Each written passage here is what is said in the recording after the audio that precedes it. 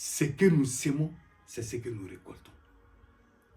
Donc, il faut réfléchir mûrement. C'est très important, mes frères, mes sœurs, c'est très important puisque la prière, c'est une pluie qui vient pour arroser. Donc, tu pries tous les jours, tu pries.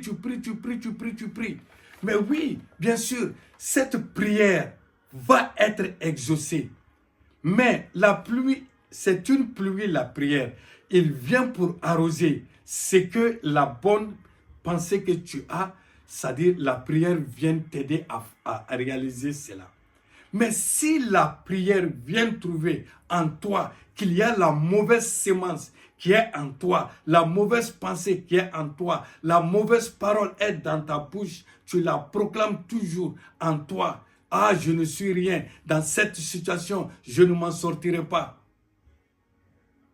Mais mon frère, ma soeur, la prière, les bonnes choses sera exaucée. Mais au même moment, ça sera aussi les mauvaises intentions, les mauvais cœurs, les mauvaises pensées que tu as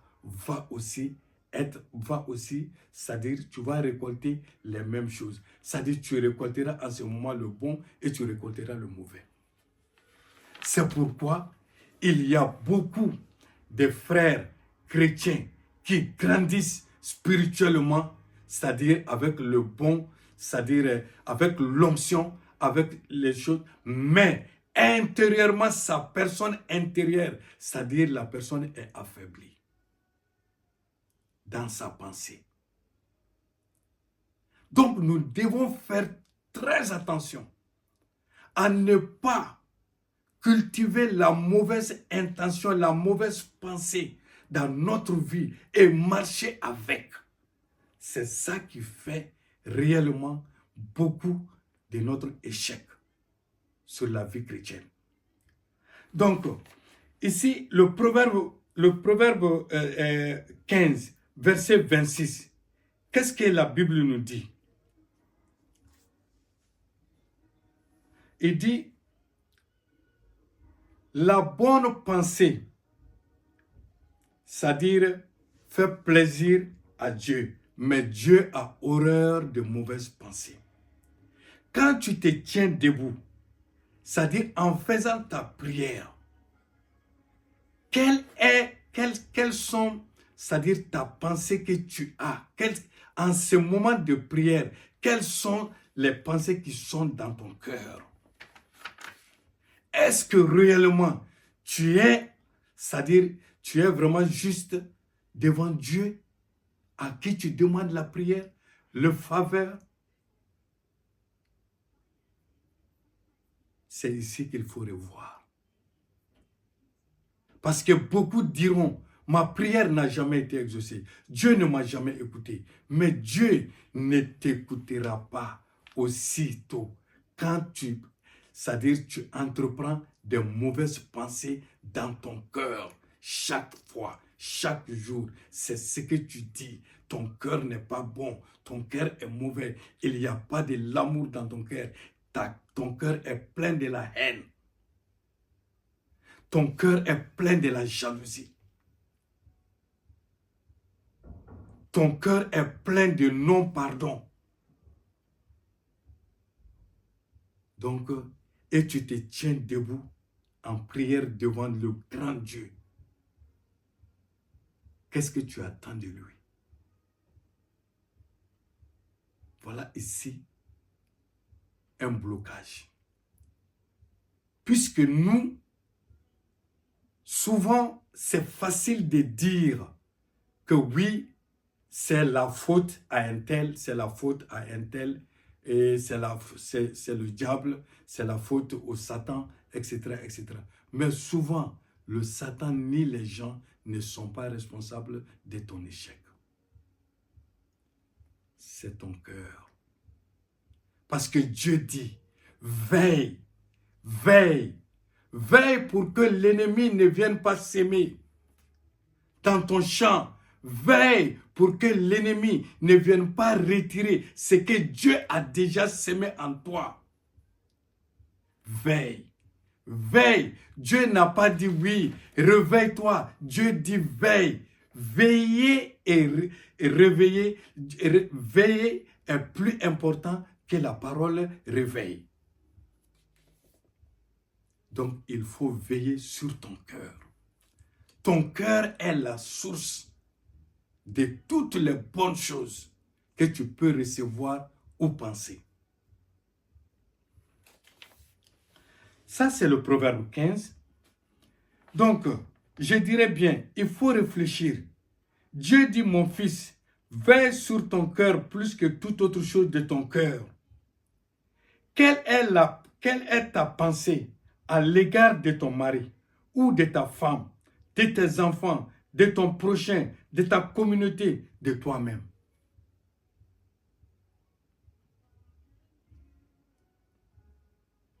Alors, le proverbe 30, verset 32, qu'est-ce qu'il me dit?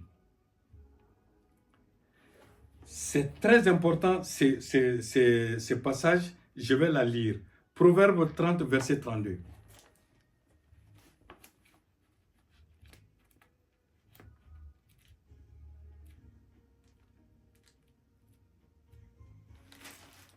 Yeah.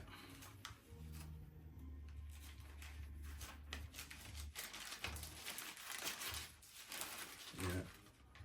J'arrive.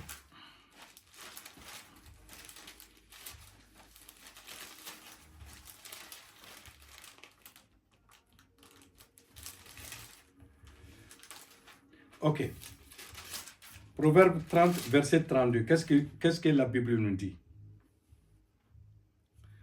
Si l'orgueil te pousse à des actes de folie, et si tu as de mauvaises pensées, mets la main sur ta bouche. Si l'orgueil te pousse à des actes de folie, et si tu as de mauvaises pensées, mets la main sur ta bouche. Ça, c'est Dieu qui dit ça. Vous savez, une personne très jeune, à son jeune âge, il peut c'est-à-dire embrasser, c'est-à-dire des mauvaises pensées.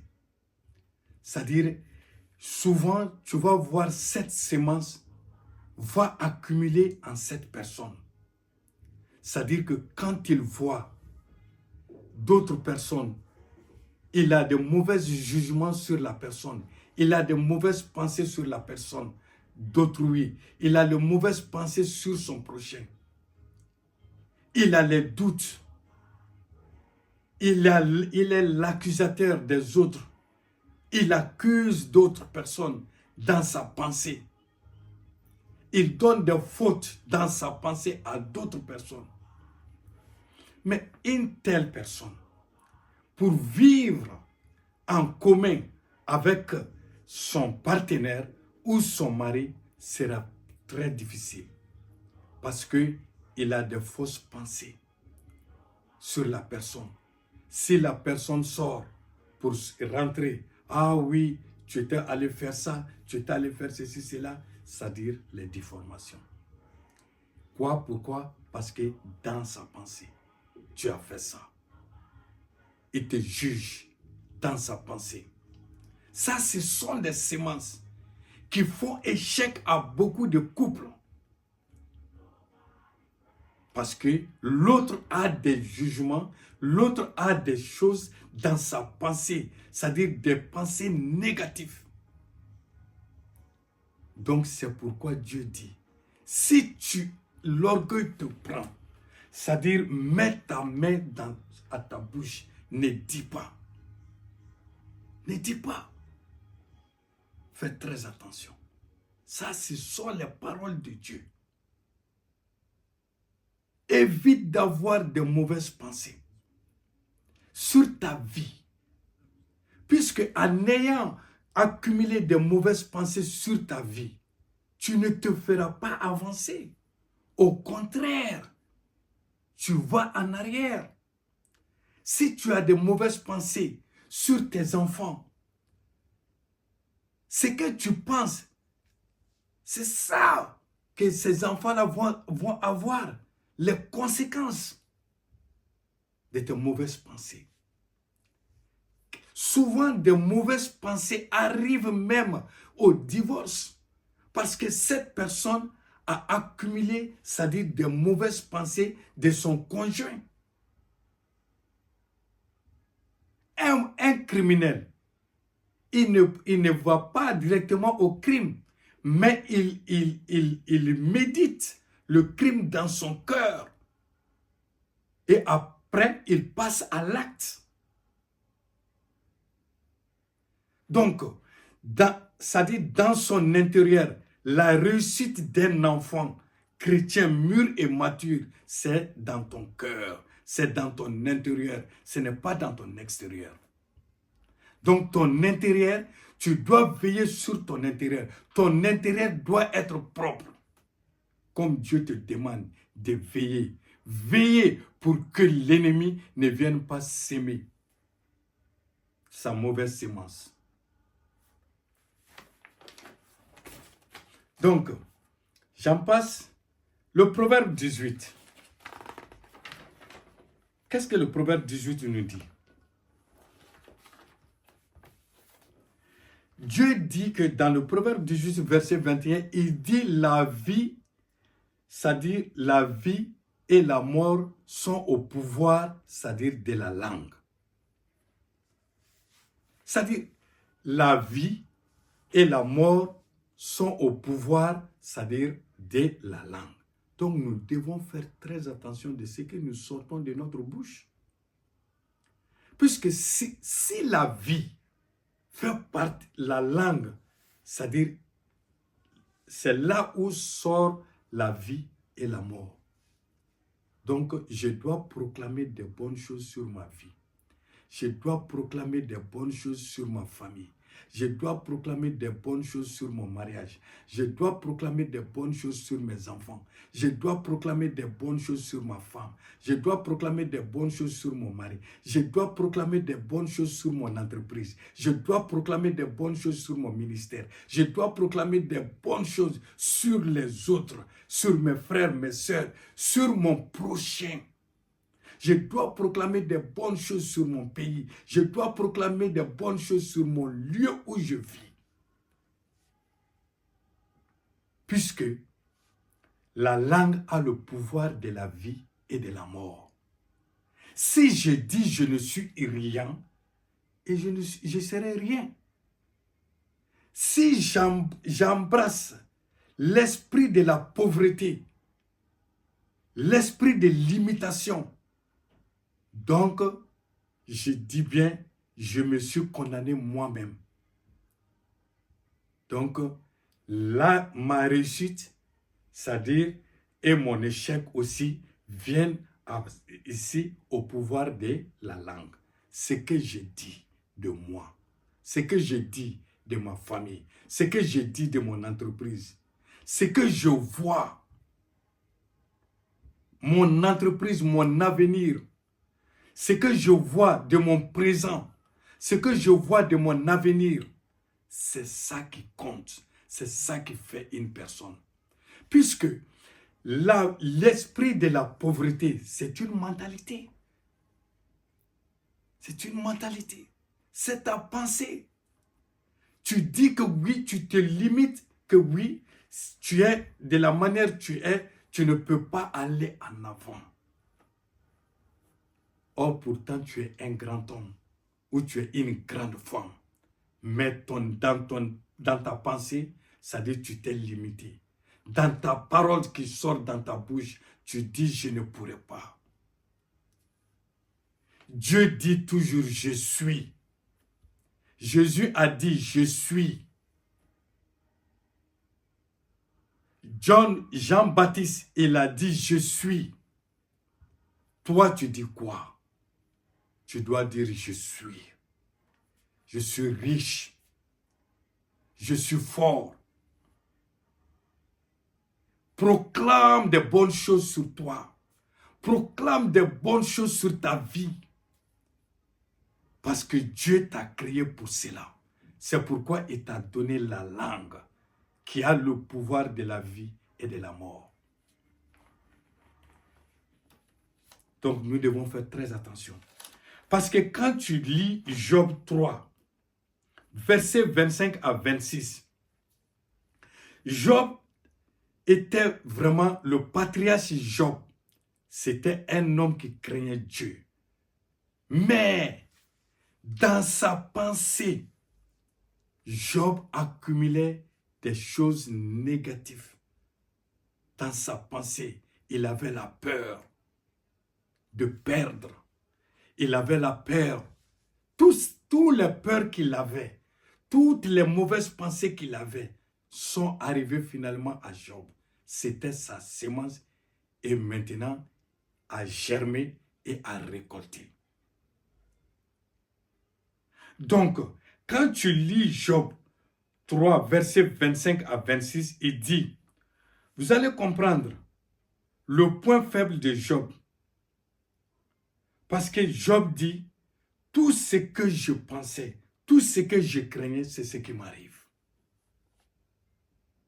Donc vous voyez, aujourd'hui, nous pouvons accumuler comme Job, à accumuler de mauvaises pensées. Et là, il vient l'attester, que tout ce qu'il craignait, tout ce qu'il avait peur, c'est ça qui arrive. La peur, c'est l'ennemi qui vient s'aimer en toi la peur. La peur de dire que oui, ton foyer ne peut pas aller.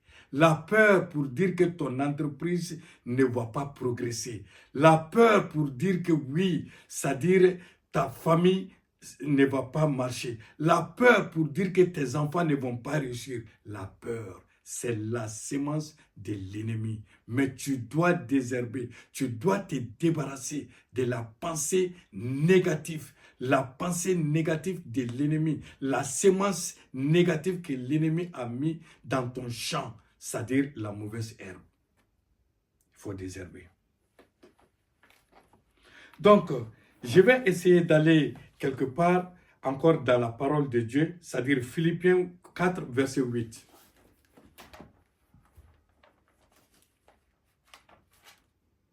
Bien. Philippiens 4, verset 8. Qu'est-ce que la Bible nous dit? Enfin, frères et sœurs, portez vos pensées sur tout ce qui est vrai, tout ce qui est honorable, tout ce qui est juste, tout ce qui est pur, tout ce qui est digne d'être aimé, tout ce qui mérite l'approbation, ce qui est synonyme de qualité morale et ce qui est digne de louange. Ça, ce sont les 8 caractères que Dieu, les 8 exemples que Dieu nous donne ici. C'est-à-dire ce que nous devons avoir dans nos pensées. 8 choses. Au verset 9, il dit quoi? Ce que vous avez appris, reçu et entendu de moi, et ce que vous avez vu en moi, mettez-le en pratique. Et le Dieu de la paix sera avec vous.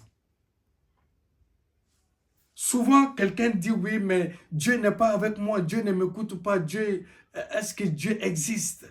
S'il existe, pourquoi cela m'arrive-t-il? Mais va à la source, parce que cette Bible-là, c'est-à-dire, c'est la manuel d'instruction que Dieu te fait accompagner sur la terre. Tu vas payer un ordinateur, mais tu vas le payer aussi avec un livre de manuel instruction. Comment tu vas l'utiliser? Mais si tu fais une mauvaise utilisation, tu ne peux plus venir accuser, c'est-à-dire le vendeur qui t'a vendu un mauvais produit. Voilà. Donc ici, on doit arrêter d'accuser Dieu, mais on doit chercher à savoir quelle est la manière d'instruction que Dieu nous donne. C'est sa parole. Sa parole est où? Sa parole, tu le trouves dans la Bible. Si tu fermes ça, c'est comme si tu dis à Monsieur Dieu, ferme ta bouche. Et il ne te parlera plus. Jusqu'à ce que tu vas revenir encore à lui. Il a tout donné comme solution. Donc, c'est ça qu'il a dit. Quand tu vas mettre en pratique ces choses que tu as vues en moi, ce que j'ai dit, entendu de moi, alors mets-le en pratique et je serai avec toi. Ça, c'est Philippiens 4, verset 8 qui le dit.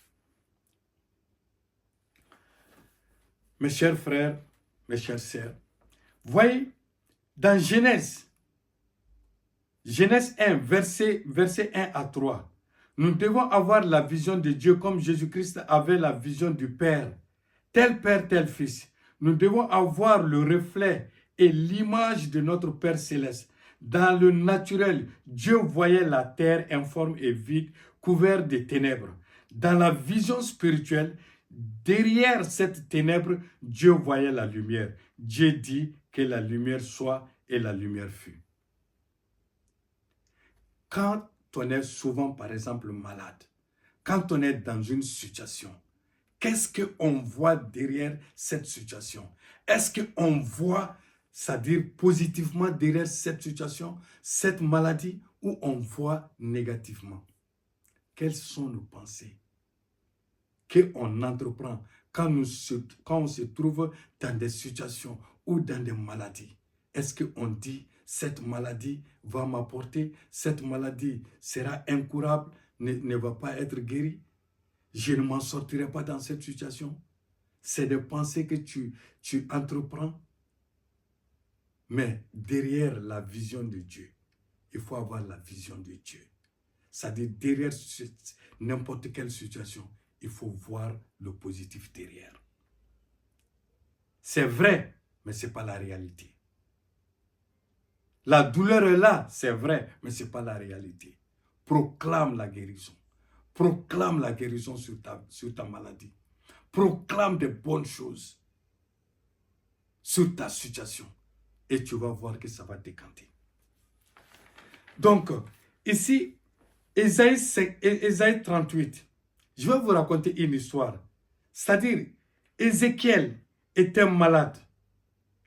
Quand le prophète Ésaïe est venu lui annoncer qu'il allait mourir, Ézéchiel a entendu le prophète Ésaïe après que Ésaïe fut sorti. Ézéchiel s'est levé et se tourna contre le mur et pria à Dieu. Ô Éternel, souviens-toi que j'ai marché devant toi, devant ta face, avec fidélité et intégrité de cœur, et que j'ai fait ce qui est bien à tes yeux. Et Ézéchiel repentit d'abondance larmes. Maintenant, écoutez la réaction de Dieu. Puis la parole de l'Éternel fut adressée à Ésaïe. Va et dis à Ézéchiel, ainsi parle l'Éternel, le Dieu de David, ton père. J'ai entendu ta prière, j'ai vu tes larmes. Voici, j'ajouterai à tes jours 15 années que le Seigneur... 15 années. Vous voyez? Tu peux changer la mort à la vie. C'est possible. Ça dépend. Ça dépend. Qu'est-ce que tu penses que Dieu est? Qu'est-ce que tu penses que Dieu peut faire? Qu'est-ce que tu penses que tu peux recevoir de Dieu? C'est positif ta position envers Dieu. Comme Ézéchiel, il l'a entendu. Ce n'est pas n'importe quel prophète qui est venu, mais c'est le prophète authentique, c'est-à-dire de Dieu, Ésaïe. Ésaïe était le prophète authentique. Il est venu lui annoncer que sa mort, sa maladie-là, il va finir par la mort. Mais Ézéchiel a tourné sa face. Tu dis bien, cette maladie est là, mais je sais que je vais m'en sortir. Les docteurs peuvent dire que cette maladie, c'est une maladie qui est inguérissable. Le docteur n'est pas ton créateur. Tu n'es pas créé par sa main. Il n'est qu'il étudié, c'est-à-dire ton corps. Il a étudié que le corps de l'homme, mais le propriétaire du corps, c'est-à-dire retourne vers lui. Ce que le docteur a proclamé sur ta vie, que tu vas mourir, que cette maladie va t'amener, que tu ne peux pas avoir la guérison. Mon frère, ma soeur, va, retourne ta face contre sa parole et retourne à Dieu. Fais face à Dieu. Dis à l'Éternel, mon Dieu, mon roi, c'est toi qui m'as créé. Le cœur qu'on dit qu'il est inguérissable, ce cœur, tu l'as, la pièce de rechange. Seigneur, parce que je suis fait de ta propre main. Tu es mon créateur. Tu m'as créé à ton image. Je suis précieux à tes yeux. Seigneur, donne-moi un nouveau cœur. Tu vas voir, Dieu va venir à ton secours. Les docteurs, les mêmes docteurs qui ont dit que oui, ta maladie est inguérissable. Quand tu vas aller pour passer un nouveau test, ils vont voir que non, le cœur c'est-à-dire le cœur est devenu intact, comme un nouveau cœur, comme le cœur de bébé. Donc, mon frère, ma soeur, cher ami, je vais vous encourager. Moi-même, je m'encourage moi-même. C'est-à-dire à avoir de bonnes semences pour avoir de bonnes récoltes. Évitez la mauvaise semence que l'ennemi met sur notre chemin, sur notre vie, parce qu'il a vu que nous sommes précieux devant Dieu, que nous sommes précieux à ses yeux. C'est pourquoi la nuit, il vient, il sème. En nos moments de distraction, en nos moments de faiblesse, l'ennemi profite pour venir semer la mauvaise semence. Soyez résistants. Résistez au diable et il fuira loin de vous. Que le Seigneur vous bénisse. Dans le nom de Jésus. Amen.